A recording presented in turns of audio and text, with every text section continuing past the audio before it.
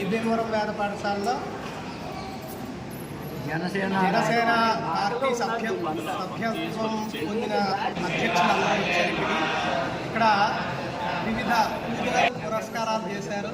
ఈరోజు పరమాచార్య గారు ప్రార్థన తర్వాత గోపూజ చేశారు. 33 కోట్ల దేవతలతో కూడుకున్నటువంటి గోపూజ చేసి ఈరోజు పవన్ కళ్యాణ్ గారికి అనారోగ్య సమస్యలు పూర్తిగా తగ్గి తొందరగా కోరుకుని ఆయన మళ్ళీ ప్రజా పరిపాలనా విధానంలో తొందరగా రావడం కోసం ఈరోజు సంకల్పం చేసి ఆయన నక్షత్రం ఉత్తరాషాఢ నక్షత్రం మకర రాశి ఆయన పేరు గోత్రం చెప్పి ఈరోజు గోపూజ చేయడం జరిగింది.